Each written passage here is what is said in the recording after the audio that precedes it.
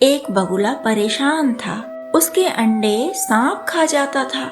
बगुला जिस पेड़ पर रहता था उसके नीचे ही एक खोह में सांप भी रहता था। बगुला जब दाना चुगने जाता तो सांप खोह से निकलता, पेड़ पर चढ़ता और बगुले के अंडे खा जाता। एक दिन बगुला नदी किनारे उदास खड़ा था। एक केकड़े ने उसे देखा और पूछा, तुम इतने उदास क्यों दिखाई दे रहे हो बगुले? बगुले ने अपने अंडे खाए जाने की पूरी कहानी केकड़े को सुना डाली और फिर बोला, कोई उपाय समझ में नहीं आता। मैं किसी दूसरे पेड़ पर भी डेरा डालूंगा तो सांप वहाँ भी मेरे अंडे बच्चे नहीं छोड़ेगा। बहुत दूर में जाना नहीं चाहता, क्या करूं?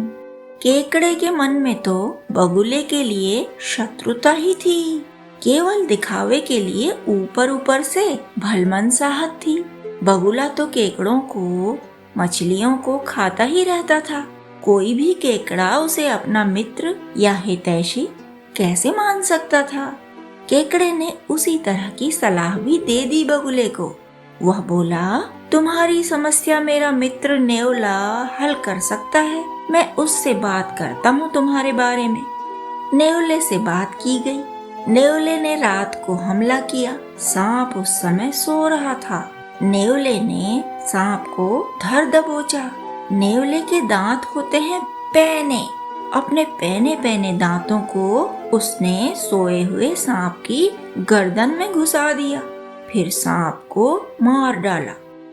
बगुला बहुत खुश हुआ कि सांप मर गया तो उसके अंडे अब हमेशा सुरक्षित रहा करेंगे, उसके बच्चे सुरक्षित रहेंगे। लेकिन हुआ तो कुछ और ही।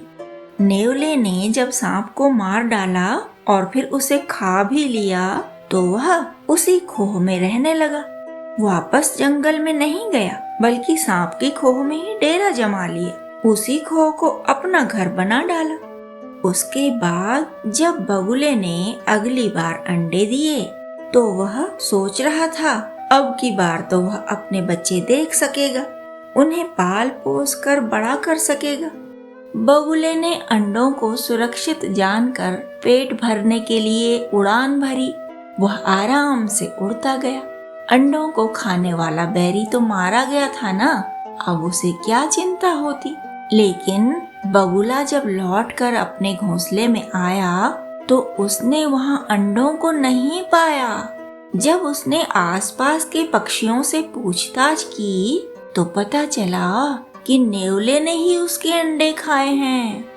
क्या फर्क पड़ता है कि किसी खोह में, बिल में या कोटर में सांप रहता है या नेवला, जब अंडे दोनों ही खा सकते हैं। तो केकड़ा इस सारे खेल को देख रहा था।